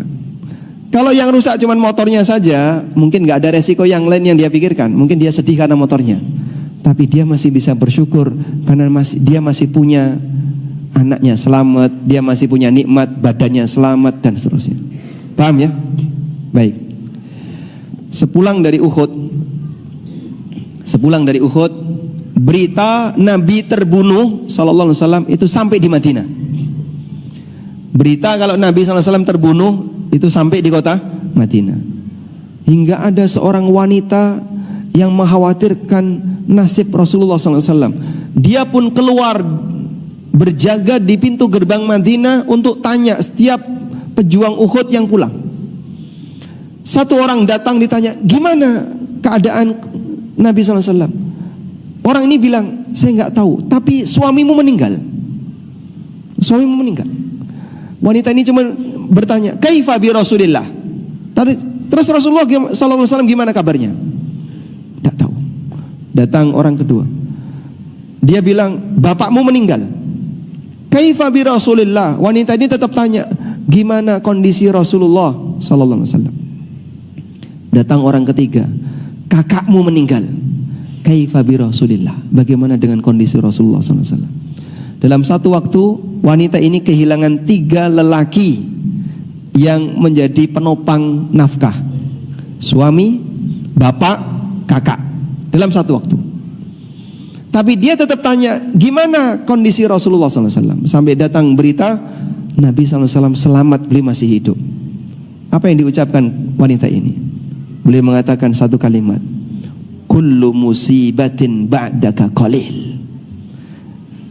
Semua musibah sepanjang Anda masih hidup bagiku ringan. Kehilangan suami, kehilangan bapak, kehilangan kakak dalam satu waktu ringan bagi saya, yang penting Nabi masih hidup. Nah itu contoh ya. Jadi anak saya masih hidup, alhamdulillah, dia selamat, gak cacat. Motor saya rusak, dah enggak apa-apa, alhamdulillah, dia masih bisa bersyukur. Maka bapak gulung tikar bangkrut, alhamdulillah agama saya tidak hilang. Karena kalau musibah terjadi pada agama, gak ada gantinya. Tapi kalau musibah terjadi pada harta, Anda masih mungkin untuk dapat ganti. Baik, ini cara untuk menenangkan batin. Sehingga bapak lihat nikmat apa yang masih ada ini. Alhamdulillah, walaupun saya bangkrut, rumah gak sampai kejual. Walaupun saya bangkrut, kendaraan saya masih ada, tabungan masih punya, masih bisa hidup. Kita akan mulai usaha baru. Walaupun usahanya gulung tikar, jadi masih ada nikmat-nikmat yang lain. Semoga masih ada tersisa rasa syukur yang bisa kita ucapkan. Yang kedua, jadi kan intinya yang pertama tadi, Anda fokus melihat yang mana? Kalau Anda fokus melihat musibah, kesedihan yang akan meliputi diri Anda. Sehingga kalau fokus yang dilihat musibah saja itu sedih orangnya. Tapi ketika masih melihat nikmat, walaupun ada musibah, akan terasa lebih ringan. Yang kedua, nasihat yang tadi disampaikan oleh Ustadz benar. Jangan sampai suudzon kepada Allah. Nah, caranya bagaimana biar kita nggak suudzon kepada Allah? Ada dua cara agar kita tidak suudzon kepada Allah. Satu, nggak mikir sebab. Nggak mikir sebab itu tidak bereksperimen kayak tadi. Apa ya? Kenapa sebabnya kok saya itu bisa bangkrut? Jangan-jangan karena ini, karena dia nggak pikirkan sama sekali. Udahlah, saya nggak tahu apa sebabnya. Tapi saya yakin Allah selalu memberikan yang terbaik untuk hidupku. Udah? Dia nggak mikir sebab. Boleh nggak pakai gitu? Silahkan. Tidak masalah. Yang penting Anda tidak suudzon kepada Allah. Yang kedua, kalau Anda mikir sebab, maka arahkan yang salah adalah diri kita. Musibah seperti ini pasti sebabnya karena saya maksiat. Pasti sebabnya karena saya mungkin ada sebut kurang sedekah, atau saya dulu banyak maksiat, saya dulu banyak melakukan durhaka kepada Allah. Sehingga dengan demikian muncul dalam diri kita apapun yang Allah tetapkan, baik akulah yang salah. Nah, cara itu untuk ngunci biar Anda tidak suudzon kepada Allah. Karena kalau suudzon kepada Allah, maksiat, dosa. Maka jaga diri jangan sampai suudzon kepada Allah. Dengan cara tadi, pikirkan bahwa musibah yang Anda alami ini bukan karena takdir buruk, bukan karena Allah benci sama kamu, tapi karena apa? Kesalahan yang aku lakukan. Wallahu a'lam. Tapi Ustaz, karena waktu dan pertanyaan yang masih banyak Ustaz, jadi ini pertanyaan terakhir Ustaz. Alhamdulillah. Mohon maaf kepada semua penanya yang belum dibacakan satu persatu. Ketika terkena suatu masalah, lalu ngedumel sendiri, mengeluh di dalam hati, terkadang curhat kepada istri, tapi tidak pernah terucap keluar keluh kesah dimanapun, hanya di hati dan curhat ke istri. Apakah itu termasuk sabar Ustaz? Cuman cerita tapi tidak mengeluh. Ngeluhnya dalam hati aja Ustaz. Ngeluhnya dalam hati ya. Sehingga dia cuman cerita saya punya ini, bukannya itu sudah mengeluh. Kadang kan ada orang yang dia sebenarnya tidak ingin mengeluh dengan terus terang, tapi dia pakai isyarat. Ya dia malu kalau ceritanya terus terang. Misal ya, dia dapat musibah, anaknya sakit. Aku itu ngantuk sekali, semalam gak bisa tidur, nungguin anak. Nah, cuman bilangnya kayak gitu aja, nungguin anak gitu kan. Nah, memancing orang untuk kepo. Dia buat pernyataan-pernyataan yang membuat orang jadi penasaran. Terus orang itu pengen tanya, loh kenapa anaknya, ada apa? Nah, barulah ketika dia ditanya, dia cerita. Memang dari awal dia tidak cerita keadaan yang dia alami, tapi dia membuat pemicu agar orang kepo dengan keadaan dia. Kemudian setelah itu orang tanya tentang keadaannya. Ya apapun itu, yang jelas begini. Ketika Anda cerita tentang musibah Anda kepada orang lain, maka tolong diperhatikan, yang menerima cerita ini hanya ada dua kemungkinan. Satu, orang yang mencintai Anda, orang yang senang sama Anda, misalnya orang tua, istri, anak, dan seterusnya. Yang kedua, orang yang gak senang sama Anda. Saya ulang ya, saat kita cerita sama orang, maka yang kita ceritai ada dua kemungkinan. Antara orang yang senang sama kita, peduli dengan kita, dan orang yang tidak peduli dengan kita. Kalau yang menerima cerita dari kita adalah orang yang tidak peduli dengan kita, mungkin dalam batinnya, syukurin kamu, rasain, itu karena kesalahan kamu. Mungkin akan muncul seperti itu. Jadi dia nggak ngasih solusi, malah dia apa istilahnya? Dia mengumpat, kapok kamu, syukurin kamu, rasain kamu, dan kalimat-kalimat yang semisal. Apa gunanya kita cerita sama orang kayak gini? Dia yang justru membuat kita makin sedih, sehingga dia bahagia di saat kita cerita kesedihan. Yang kedua, orang yang mendengar cerita kita adalah orang yang peduli dengan kita, orang tua, istri, anak, dan seterusnya, teman akrab. Sehingga saat dia menerima cerita kita, dia jadi sedih karena kita. Maka Anda membuat luka hatinya, kesedihan bagi dirinya, sebab Anda menceritakan musibah yang Anda alami. Sudah? Padahal dia senang sama Anda. Seharusnya gimana? Bapak itu senang sama saya, Bapak adalah orang yang saya muliakan. Maka sebagai anak saya tidak ingin beliau sedih. Sehingga kalaupun saya punya masalah, saya tidak ingin Bapak tahu. Gitu ya. Itu yang benar. Maka barangkali kalau Anda dapat musibah atau punya masalah di tempat kerja atau di tempat yang lain, dan orang lain tidak berkepentingan, Anda tidak perlu cerita. Selama orang lain tidak berkepentingan. Anak tidak perlu tahu masalah orang tua ketika anak tidak berkepentingan dengan masalah orang tua. Bisa jadi istri tidak perlu tahu masalah suami ketika istri tidak punya kepentingan dengan masalah suami. Dimarahi bosnya di tempat kerja, cerita sama istrinya ikut emosi, ngomel dia. Emang kemudian dengan ngomel sampai ke bosnya? Enggak, hanya bikin emosi di keluarga. Akhirnya mending Anda enggak cerita, sehingga sampaikan kepada istrinya, kamu tidak perlu tahu masalah yang aku hadapi di tempat kerja. Yang penting kau lihat senyumanku ketika membawa uang. Kayak gitu Pak ya. Sehingga lelahnya suami ketika kerja, istri enggak perlu tahu. Baik, walhamdulillah. Mudah-mudahan apa yang kita sampaikan ini bermanfaat. Dan selanjutnya kita bagi-bagi hadiah. Nah. Ibu-ibu ada mic juga ya, jadi bisa jawab. Nah, hadiah yang pertama fikih ASN dan karyawan. Pertanyaannya, ASN angkat tangan. 1, 2, 3, 4, 5. Yang jawab ASN ya, khusus ASN. Sebutkan 3 catatan tentang sabar. Nah, gampang. Tanpa lihat catatan.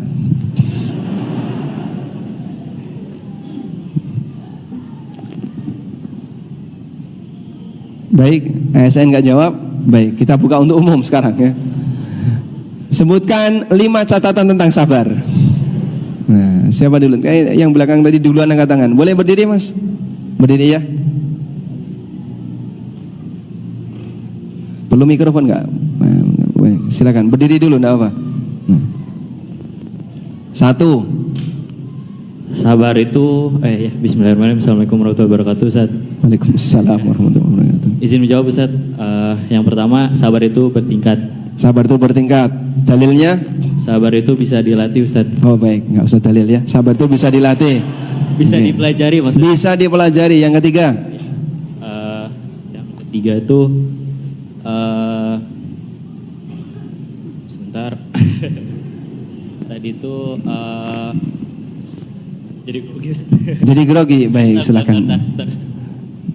Sabar itu jadi solusi, Ustaz. Solusi ketika punya masalah. Ya Allah jadikan solusi, Ustaz. Yang keempat. Yang keempat, sabar itu merupakan ibadah yang tidak terbatas karena pahalanya Allah gelontorkan, Ustaz. Berbatas. Satu lagi, yang kelima. Satu lagi, yang kelima, sabar itu bertingkat. Udah ya. Udah ya. Bertingkat bisa dipelajari. Bismillah. Bisa di... Alhamdulillah. Hadiahnya sudah dikirim. Ustaz. Nggak jadi. Sudah dipelajari, bisa dipelajari bertingkat. Nah, boleh kasih hadiah. Nah, baik selanjutnya. Barakallahu fikum, masya Allah. Untuk ibu-ibu ya, coba mikrofonnya dites dulu. Cek dulu. Ada mikrofon? Yang bawa mikrofon di atas. Alhamdulillah. Baik.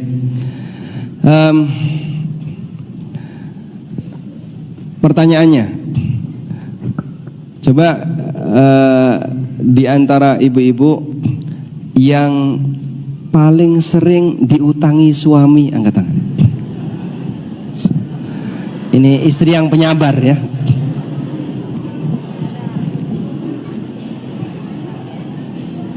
Ada? Enggak ada. Enggak ada. Enggak ada, alhamdulillah, masya Allah. Alhamdulillah. Ada. Bentar. Berarti ini suaminya yang baik hati ya?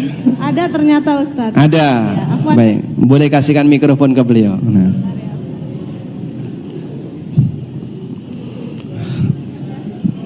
Saya kasih pertanyaan studi kasus ya.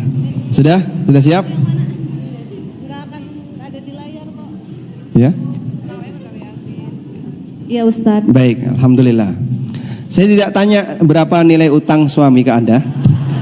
Tapi kalau ada studi kasus seperti ini.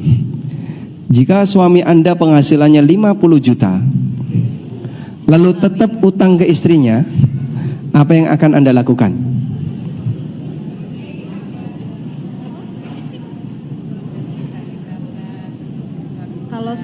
Kalau suami gimana kalau suami gajinya berapa 50 juta? Tapi tetap utang ke istrinya, apa yang akan Anda lakukan?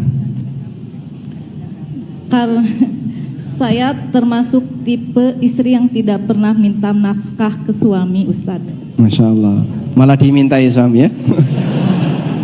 Anda nggak pernah minta itu malah dimintai. Kalau suami saya gajinya berapa 50 juta, apa saya mau minta dibayar utangnya gitu? Saya nggak pernah minta dibayar juga utangnya, Ustadz. Jadi tetap sabar ya. Masya Allah. Baik, jawabannya benar. Jawab apapun pasti benar ini. Selanjutnya untuk bapak ya, pengantar ilmu waris. Pertanyaannya, siapa di antara bapak-bapak yang nggak dapat warisan? Satu, usia berapa Pak? 46, ada lagi? Dua, yang beli usia berapa? 29, Bapak usia berapa? Iya, berapa usianya Pak? 60, baik. Yang nggak dapat warisan paling senior dapat hadiah. Masya Allah, beliau sabar ya. Nah, sampai usia 60 tahun nggak dikasih warisan. Boleh angkat tangan Pak, biar bukunya sampai tepat sasaran. Selanjutnya, fikih zakat kontemporer. Baik, pertanyaannya, bagaimana cara agar ketika dapat musibah terasa lebih ringan? Masya Allah. Sebentar, bapak-bapak dulu. Siapa ya? Ya, boleh silakan Masnya. Insya Allah. Boleh berdiri?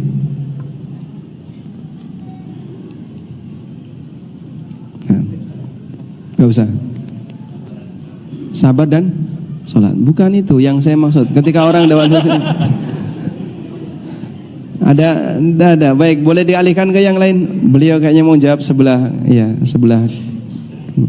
Jawabannya sama aja Ustaz. Oh, jawabannya sama. Hai, siap. Ini yang pakai jaket. Ya, boleh berdiri. Bagaimana agar musibah terasa lebih ringan?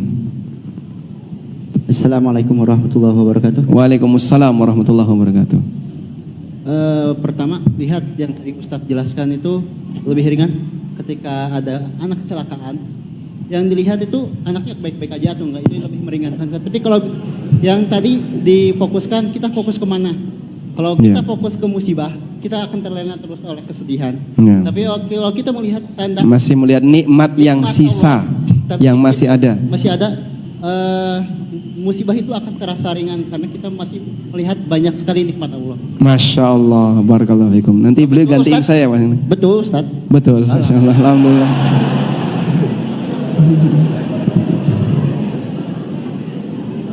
Baik, untuk ibu-ibu ya, silakan panitia siaga, mikrofon nanti dikasihkan yang angkat tangan ya. Istri Nabi SAW yang pertama, siapa namanya? Silakan mikrofonnya dikasihkan yang angkat tangan. Istri Nabi SAW yang pertama siapa namanya? Assalamualaikum warahmatullahi wabarakatuh. Waalaikumsalam warahmatullahi wabarakatuh. Istri Nabi yang pertama itu Bunda Siti Khadijah. Siti Khadijah. Pertanyaannya, sebutkan keutamaan Khadijah. Bunda Khadijah itu sabar dalam mendampingi Rasulullah SAW dalam berdakwah. Sabar dalam mendampingi Nabi SAW ketika berdakwah. Salah satu buktinya apa? Buktinya Bunda Khadijah merelakan hartanya Masya Allah, untuk betul sekali. berdakwah. Dan itu yang berkesan bagi Nabi SAW. Beliau sampai pernah mengatakan tentang Khadijah, wa wasatni bimaliha hina haramanin nas. Khadijah menyediakan seluruh hartanya ketika nggak ada orang yang mau nyumbang dakwah beliau. Tapi Khadijah yang nyumbang. Masya Allah, dapat hadiah fikih ASN dan karyawan. Baik, demikian. Wassallallahu ala nabiyyina Muhammadin wa ala alihi wa sahbihi wasallam. Wa akhiru da'wana anil hamdulillahi rabbil alamin. Wassalamualaikum warahmatullahi wabarakatuh.